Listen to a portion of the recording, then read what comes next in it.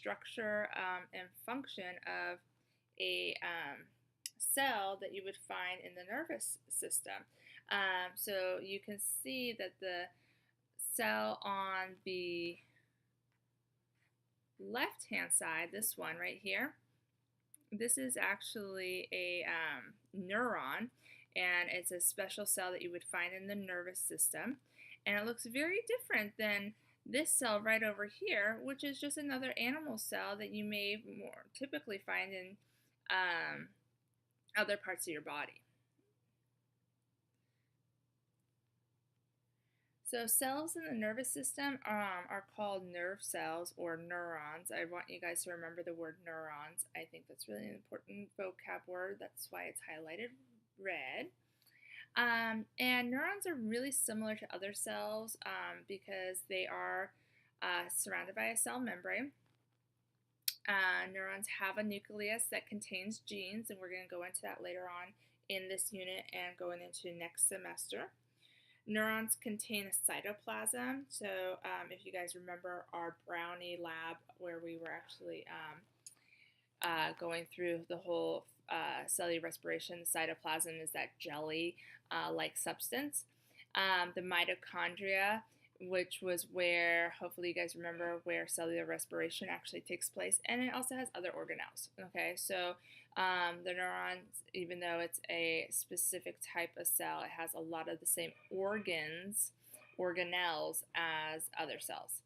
And then neurons carry out basic cellular processes such as protein synthesis and energy production, meaning that they're actually still going through cellular respiration and creating proteins that would make up your DNA and whatnot. So in those ways, neurons are very similar to other cells in your body. Neurons are different from other cells because neurons have a very specialized cell parts. They're called dendrites and axons. And we'll go into that a little bit further in the next few slides. Neurons communicate with each other through an electrochemical process. So it's really important that these neurons are able to talk because they're talking to one another is actually what creates everything that your body does, including breathing, running, and thinking.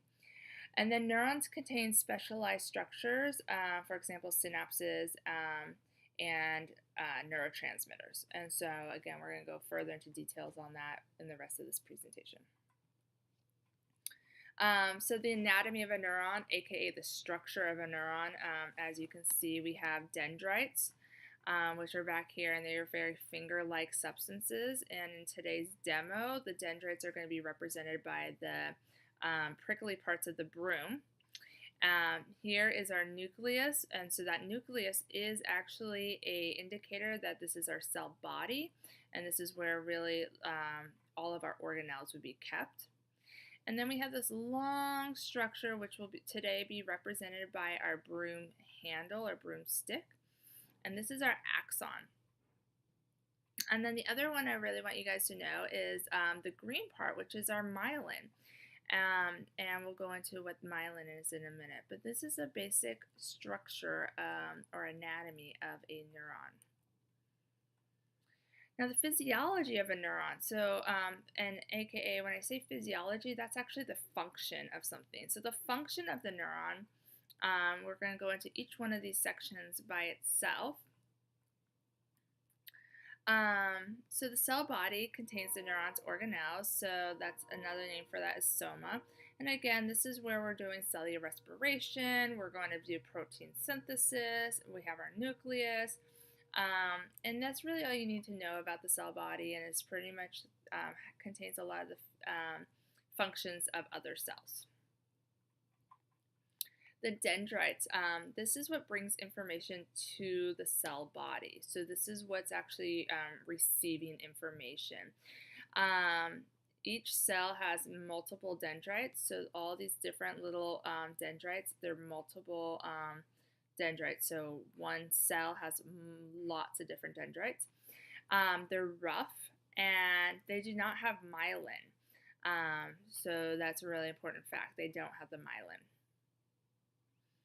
The axon, again, which is the shaft part right here, takes information away from the cell. So dendrites receive the information, and axons take it away. And you may want to remember that with A and A, away, axons. Other fun facts about axons is each cell only has one axon. The axons are smooth, and they usually have myelin. So what is myelin? Myelin is a mixture of proteins and phospholipids. Phospholipids is another fancy word for fat, and it insulates the axon around many neurons, and that increases the speed at which impulses are conducted. So I'm kind of going off of the idea that fat is slippery and fat is insulated. What that does is it basically almost like a electrical cord that has the plastic around it. It helps with the conduction of all the electrical impulses. And again, it's made up of fat. And so going back to that fun fact that the brain is made up of, is the fattiest organ, this is why, is because you have so many of these neurons, and those neurons need the fat in order to help with conduction of the electrical impulses. So what is this information that the cells are carrying? So I just said that the axon is taking information away and the dendrites are receiving information. So what is this information? And this information is actually the electrical impulses, and that triggers the releases of neurotransmitters, okay? So take that in. So it's the information is electrical impulses, and it triggers the release of neurotransmitters. Phew. Okay, so now the question is, what are neurotransmitters? And the neurotransmitters are brain chemicals that communicate information throughout our brain and body. And the brain uses neurotransmitters to tell your heart to beat, your lungs to breathe, your stomach to digest, and they can also affect your mood, sleep, and concentration, and weight, and all that jazz. So really, neurotransmitters are the control channel of our entire body. Mood, as well as movement in our entire body. And this is really important because in mental health, some of the things that we're seeing with mental health, some of the genetic dispositions or some of the mood swings that we're seeing in mental health is actually a lack of or a overabundance of these neurotransmitters. And we're going to look at that a lot today in today's demo. So this song is done, and it's absolutely brilliant, and I highly recommend watching it to the full. I'm going to have it posted on our website, but the best way to kind of know some of the key neurotransmitters that I want you to know for this unit is they're all outlined in the song, and it's Too Frozen, so it's brilliant. I love it. I wish I could say that I created it, but you really don't want me singing. Okay. And this is a summary of the major known neurotransmitters. And again, I'll have this posted on our website as well. And I really want to just kind of go over briefly what this chart is actually showing you. So first of all, it's showing our major neurotransmitters, and there's not really a long list, and I'm not going to require that you memorize everything on this, but I definitely think you need to have a comfort level with it. So serotonin, which is this first one, and I'm going to go over each one so you know how to actually pronounce it. Serotonin, and this regulates sleep, it regulates moods, and this second one will tell you what their function. And then the last two, this column's actually going to show if you have too little serotonin in your body, how that would actually affect your body. And then again, if you have a surplus, meaning too much. So as we're kind of looking at these charts, it's really kind of interesting to know, like, what would happen if you have too little versus too much. Fun fact, eating dark chocolate actually increases serotonin. So there is a component of eating chocolate that actually makes you happy or actually affects your mood. So, J.K. Rowling having people eat chocolate after seeing Dementors. She's brilliant. Love her. And that's kind of the theory behind that. See, there's science in Harry Potter. You gotta love it. Norepinephrine, another one that actually is affecting the mood. It also affects heartbeat. Fun fact, we use norepinephrine in the hospital, so we have these drugs that are actually made up of these neurotransmitters, and we use these in the hospital to really help regulate heartbeat and blood pressures and whatnot. So these are I see the synthetic versions of these neurotransmitters all the time. I work with them all the time in the hospital setting. And again, I want you guys to focus on too, not only what the function is, but what would happen if you have too much or too little. Acetylcholine.